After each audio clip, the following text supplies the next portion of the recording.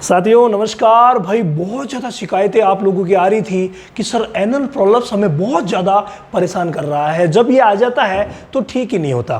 तो देखिए मैं आपको एक बात बताऊं कि एनल प्रॉब्लम्स जो होते हैं वो भी दो तरीके के आते हैं। हमने आपको हर एक यूट्राइन प्रॉब्लम्स के बारे में बताया कितने प्रकार के होते हैं, किस तरीके से ट्रीट करने होते हैं। उसी तरीके से एनल प्रॉब्लम्स भी दो प्रकार के होते हैं, और अगर इनके प्रकार देखें तो दोनों ही प्रकार एक वो एनल प्रॉब्लम्स है, रेक्टल प्रॉब्लम्स है। इसको हम रेक्टल प्रॉब्लम्स ही क्या बोल सकते हैं, क्योंकि एनस से शरीर बाहर निकलता है, निकलता क्या है, रेक्टम निकलता है, तो इसीलिए हम इसको रेक्टल प्रॉब्लम्स भी कह सकते हैं। तो जब ये होता है तो दो प्रकार का होता है। नंबर 1, ये यूटेराइन प्रॉब्लम्स के साथ आता है, ठीक है। नंबर 1 ये यूटेराइन प्रॉब्लम्स के साथ आता है, और नंबर 2 ये अकेला आता है। ये अकेला जब आता है तो अधिकतर काप में यानी छोटे बच्चों में ये ज़्यादा आता है, मेल में ये शिकायतें ज़्यादा देखी जाती है। और मेल में भी ये दो तरीके से आता है। एक, अगर मेल को पथरी की शिकायत है तो आया है, तो अगर पथरी यानी स्टोन है, उसको कैलकुलाई है, तो उस कंडीशन में हमें इसका ट्रीटमेंट नहीं करके इसको तो चलो बैठाना ही है, लेकिन साथ में ट्रीटमेंट होगा स्टोन का, कैलकुलाई का होगा। तो वहाँ ये आप ध्यान दीजिए। इसके अलावा दूसरी चीज़ जो है वो आता है कि साहब पेशाब आराम से कर रहा है और फिर भी रेक्टल प्रॉब्लम्स आ रहा है, हमने कई बार बिठा भी दिया, देखो इसको कई बार बिठा देते हैं, उसके बावजूद वापस आ जाता है, तभी तो सुपर इलाज की ज़रूरत पड़ती है। तो ऐसी कंडीशन, रेक्टल प्रॉब्लम्स की कंडीशन किसी भी पशु के साथ हो तो आपको क्या करना है, कंप्लीट बातें मैं जानकारी के तौर पर बता रहा हूं। इलाज सिर्फ और सिर्फ पशु चिकित्सक महोदय से ही आपको करवाना है, ये विशेष ध्यान रखिए। जानकारी के लिए आप लोगों का निवेदन लगातार आ रहा था, 3-4 निवेदन पहले थे। अभी एक भाई ने कल भी रामावत वैट्स क्लब लिख करके मैसेज किया, तो जो भी भाई रामावत वैट्स क्लब लिख करके मैसेज करेंगे ना, उनका जवाब मैं ज़रूर दूंगा और वीडियो के माध्यम से ज़रूर दूंगा, तो आप भी लिख सकते हैं। इसके अलावा अगर आपने एक बार अभी तक लाइफ चेंजिंग सेशन ज्वाइन नहीं किया है तो आप जरूर ज्वाइन कीजिए, क्योंकि अगर प्रैक्टिशनर हैं तो लाइफ चेंजिंग सेशन ज्वाइन किए बगैर आपकी प्रैक्टिस कतई नहीं निखर सकती, आप ये मान के चलिए। और एक बार ज्वाइन कर लेंगे तो हम दोनों बराबर हो जाएंगे, कोई दिक्कत नहीं है, ठीक है। फिर तो देखिए, एनल प्रोलैप्स की शिकायत जब भी हो तो उस समय क्या करना चाहिए, अगर हम जानकारी के लिए लें तो एनल प्रोलैप्स जब हम बिठाते हैं तो यार बड़ी ही मुश्किल से बैठता ही नहीं है। तो ऐसी कंडीशन में क्या करें, तो ऐसी कंडीशन में पहला काम तो ये करना रहता है कि इसको आप ठंडे पानी से साफ कीजिए। किससे? ठंडे पानी से। देखो मैं लिखने का प्रयास करता हूं। पहला काम, ठंडे पानी से साफ करना। अब ये जो ठंडा पानी आप यूज कर रहे हैं ना, उसमें हल्के से 2 दाने 4 दाने, सिर्फ हल्के से 4 दाने पीपी के डाल सकते हैं आप। पीपी अगर आपने थोड़ी सी भी ज़्यादा डाली तो ये इरिटेशन करती है और परेशान कर सकती है, इसीलिए सिर्फ 1-2 दाने ही डालना है। कलर में कोई बदलाव पानी वाले में नहीं होना चाहिए, इतने से दाने आपको पीपी के डालने हैं और फिर इसको अच्छे तरीके से साफ करना है। और आप साफ कर देंगे तो अच्छा रहेगा। हालांकि इसमें गोबर वगैरह तो लगे ही रहते हैं, लेकिन एक बार के लिए हमें साफ करना ज़रूरी है। सेकंड चीज़, पीसी हुई चीनी, या मैं सीधा ही लिख रहा हूँ चीनी यानी कि शुगर। यहाँ पर आपको चीनी का इस्तेमाल करना है, शुगर लिख देता हूँ। तो शुगर का इस्तेमाल यहाँ आपको करना है, ये बहुत ज़्यादा ज़रूरी है। शुगर से आप सभी परिचित है ना, तो शुगर आपको लेनी है और इसके ऊपर जो एनल प्रॉब्लम्स आपको दिख रहा है इसके ऊपर लगवा लेना है, ये ज़रूरी है। क्योंकि ये लगाएंगे तो क्या होगा, जो फुलावट होती है ना वो फुलावट कम हो जाएगी। हालांकि कई प्रोडक्ट भी आते हैं ऐसे, लेकिन यहाँ हम बात करेंगे शुगर की।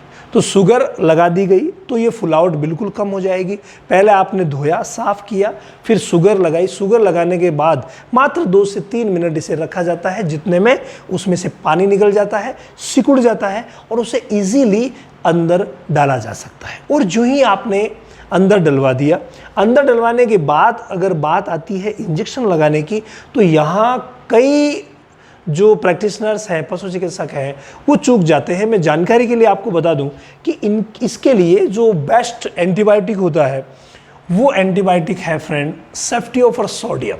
और सेप्टिपर सोडियम का जो ब्रांड है, सेप्टिपर सोडियम का जो ब्रांड है जिसका नाम है एक्शनल, ये बहुत गजब का वर्क करता है। एक्शनल की अगर हम बात करें तो 1 ग्राम एक्शनल जो लगाया जाता है वो 250 केजी से लेकर के और 500 केजी तक पर्याप्त रहता है, लगाते हैं पशु चिकित्सक। तो एक्शनल 1 ग्राम 250 केजी पर लग रहा है, तो अगर कोई 125 केजी का काफ है तो आप 500 mg यूज कर सकते हैं, बहुत अच्छा रहेगा। 3 दिन तक इसका इस्तेमाल किया जाता है, इंट्रामस्कुलर इसका इस्तेमाल होता है। भाई गजब का ये रिजल्ट देगा इस केस में, ठीक है। नंबर 2 बात जो आती है वो आती है यहाँ एनाल्जेसिक की। तो सबसे बेस्ट एनाल्जेसिक यहाँ एक इंजेक्शन आता है जिसका नाम है वेटाल्जिन, यानी सॉल्ट रहेगा एनाल्जिन। तो एनाल्जिन सॉल्ट वाला जो वेटाल्जिन इंजेक्शन है वो बहुत अच्छा वर्क करता है। 1 ml 12 kg बॉडी वेट के हिसाब से यहाँ पर लगाया जाता है। 1 ml 12 kg बॉडी वेट के हिसाब से ये बहुत अच्छा रिजल्ट देता है और बढ़िया काम।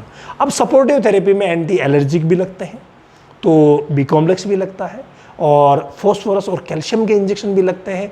फॉस्फोरस और कैल्शियम के सप्लीमेंटेशन भी करवाया जाता है। ये यहाँ पर बहुत अच्छा वर्क यहाँ मिलेगा। लेकिन अगली बात अगर हम करें ना, सबसे इम्पोर्टेंट बात अगर हम करें तो वो बात क्या है, वो है यहाँ पर की जाती है सुचरिंग। एक विशेष सुचरिंग होती है, आपने कभी देखा किसी पर्स के ऊपर जो रस्सी खींचने वाली सुचरिंग होती है जिसको हम पर्स स्ट्रिंग सुचर बोलते हैं, तो वो लगा दिए जाते हैं पर्स स्ट्रिंग सुचर।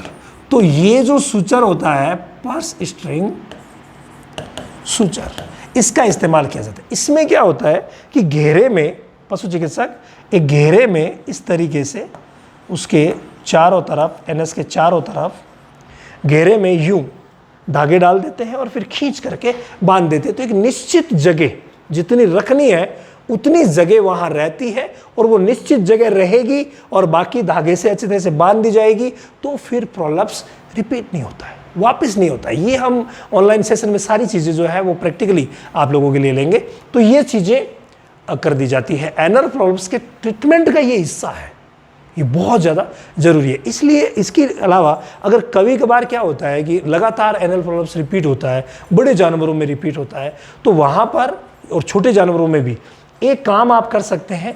और वो काम क्या है, देखिए वो काम है डिवॉर्मिंग करवाइए और लिवर टॉनिक दीजिए और साथ में मल्टीविटामिन दीजिए। ये चीज़ें बेहद ज़रूरी है। अगर हम बात करें इन सभी की, तो देखो डिवॉर्मिंग में भी चूक हो जाती है, अच्छी नहीं हो डिवॉर्मिंग तो फिर दिक्कत कर जाती है। तो डिवॉर्मिंग के लिए सिर्फ नीलजान का इस्तेमाल बेटर रहता है, हमेशा ही बेटर रहता है। 1 ml प्रति 3 kg बॉडी वेट के हिसाब से दिया जाता है। नंबर 2 अगर हम बात करें और वो है डिवॉर्मिंग के बाद लिवर टॉनिक, तो लिवर टॉनिक में आप ब्रोटॉन यूज़ कर सकते हैं। लिवर टॉनिक में आप 50 ml रोज़ बड़ों को दिया जाता है, छोटों को 25 ml दिया जाता है, ये यूज़ कर सकते हैं, बहुत अच्छा रहेगा। इसके अलावा पाउडर जो सबसे बेस्ट धड़कन है वो है मिल्कोफीड प्लेटिनम। अगर आप मिल्कोफीड प्लेटिनम दिलवा देंगे ना, तो उसको जो काफ है मिल्कोफीड या फिर बड़ा जानवर है उसको कभी भी प्रोलप्स की शिकायत नहीं होगी। क्यों? एनल प्रोलप्स में विटामिन का रोल होता है। अब किस विटामिन की कमी है हम पता नहीं कर पाते हैं, इसीलिए हम सारे के सारे जो विटामिन जिनमें है, ऑल ओवर न्यूट्रिएंट जिसमें है, उसको हम यूज़ करते हैं और वो है मिल्कोफीड प्लेटिनम। तो इसे आप रोज़ बड़े जानवरों में 100 ग्राम, छोटों में 50 ग्राम और छोटों में 25 ग्राम दे करके और भाई कंप्लीटली एनल प्रोलप्स को ठीक कर सकते हैं। कंप्लीट बातों को जानने के लिए आप हमारा ऑनलाइन सेशन ज्वाइन कर सकते हैं जो हर महीने की 21 तारीख से शुरू होता है। अभी जो 21 तारीख से शुरू हुआ है लाइफ चेंजिंग सेशन के नाम से, आपको रामावत एनिमल ऐप पर मिल जाइएगा, जल्दी से जाइए।